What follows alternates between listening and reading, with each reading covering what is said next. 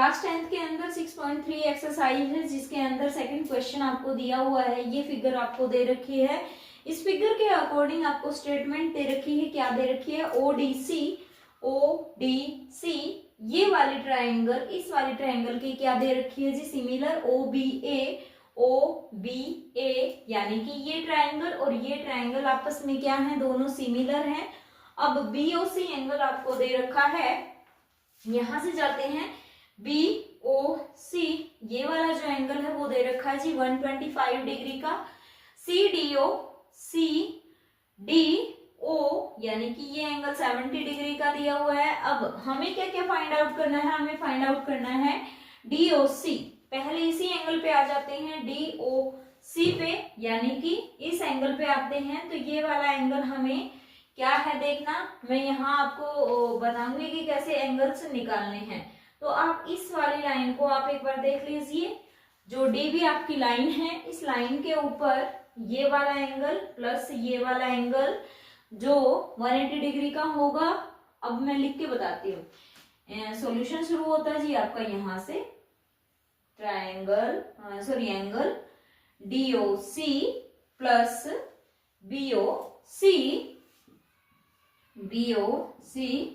180 degree. यहाँ पे reason आप दोगे लीनियर पेयर, जो कि आपका रीजन होगा जी क्या? लीनियर पेयर से। अब जो एंगल दे रखा है वो एंगल क्या दे रखा है? बीओसी आपको दिया हुआ है 125, तो डीओसी प्लस यहाँ पे 125 आप रखोगे is equal to 180 degree. DOC is equal to 180 degree. ये इधर आया माइनस का 125, इसमें से इसको सब्ट्रैक्ट करेंगे, ये आ जाएगा 5, 7 माइनस 2 55। कितना आया जी? 55। यानी कि ये जो अपना एंगल आया है बेटा, ये आया है जी 55 डिग्री का। क्लियर? अब हमें क्या निकालना है? हमें निकालना है डीसीओ यानी कि इस एंगल के बारे में बात कर रहा है। ठीक है जी। अब यहाँ पे देखो, ये एंगल 70 डिग्री का, ये एंगल 55 डिग्री का, ये वाला एंगल नहीं बता सकते। बता सकते हैं किससे? एंगल सम प्रॉपर्टी से। तो यहां हम लिखेंगे O D C plus D O C plus D C O. देखिए मिड में angle D, angle O, angle C is equal to 180 degree, जिसको आप लिखोगे angle sum property. Angle sum property से आप बता सकते हो। ठीक है। अब हमें पता है कि ओडीसी खुद से दे रखा है 70 डिग्री का, यहां पे 70 लिखेंगे। डीओसी अभी निकाला था 55 डिग्री का, तो यहाँ पे 55 डिग्री आ जाएगा। DCO is equal to 180 degree. अब दोनों को ऐड करेंगे, ये आ जाएगा 5 और इसमें ये ऐड करते हैं 125 degree plus DCO is equal to 180 degree. तो डीसीओ जब एंगल आपने निकालना है तो 125 इधर जाएगा, तो ये आ जाएगा जी आपका कितना?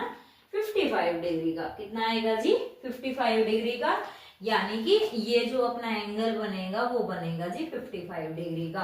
अब किसके बारे में बात कर रहा है? अब ओ ए बी के बारे में बात कर रहा है।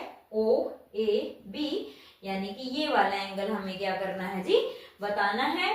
तो इस वाले एंगल में हम क्या बताएंगे? एक बार ध्यान से देखना है। ये एंगल यदि 55 डिग्री का है तो ये कितने का होगा? ये भी 55 डिग्री का होगा। क्या है जी? देखना, यहाँ पे आप क्या लिखोगे? एंगल ओ सी डी या डी सी ओ, एक ही बात है, बीच में सिर्फ एंगल आना चाहिए। जिससे आपने जिस नाम से आपने मेंशन कर रखा है वही आपका आना चाहिए बीच में। अब दे रखा है ओ सी डी इज इक्वल है ओ ए बी। तो ओ सी डी आपने निकाला कितने डिग्री का जी? ये 55 डिग्री का। हाँ जी, ओ सी डी डी सी ओ ही लिख लो ताकि आप पजल ना हो, एक ही बात है वैसे तो। D C O is equal to O A B. अब आप पूछोगे जी यहाँ रीजन क्या दें? तो रीजन क्या, इसने रीजन खुद से दे रखा है, ओ ट्रायंगल ODC सिमिलर है OBA के। ध्यान रखना है इस बात पे, यदि वो कुछ न कुछ अगर आपको देता है तो उसका आपको बेनिफिट क्वेश्चन के अंदर जरूर मिलेगा जी, ठीक है। वैसे तो आप लिख सकते थे ये यहाँ पे ये वाली जो लाइन है, इस वाली लाइन के क्या है, पैरेलल है, दैट मींस ये एंगल और ये एंगल आपस में क्या हो जाएंगे, अल्टरनेट इंटीरियर एंगल से क्या हो जाएंगे, इक्वल हो जाएंगे। लेकिन फिर उसने क्या यहाँ पे सिमिलर यदि ट्रायंगल दे ही दी तो हम यही ट्रायंगल लिखेंगे। सिमिलर ट्रायंगल कौन से होते हैं, सिमिलर वही होंगे जिनके कोरस्पोंडिंग एंगल्स या कोरस्पोंडिंग साइड्स का प्रोपोर्शन क्या होगा, सेम होगा, ठीक है जी। तो ये था जी question number second 6.3 exercise 10th class, ठीक है जी। वीडियो को लाइक शेयर सब्सक्राइब जरूर करें।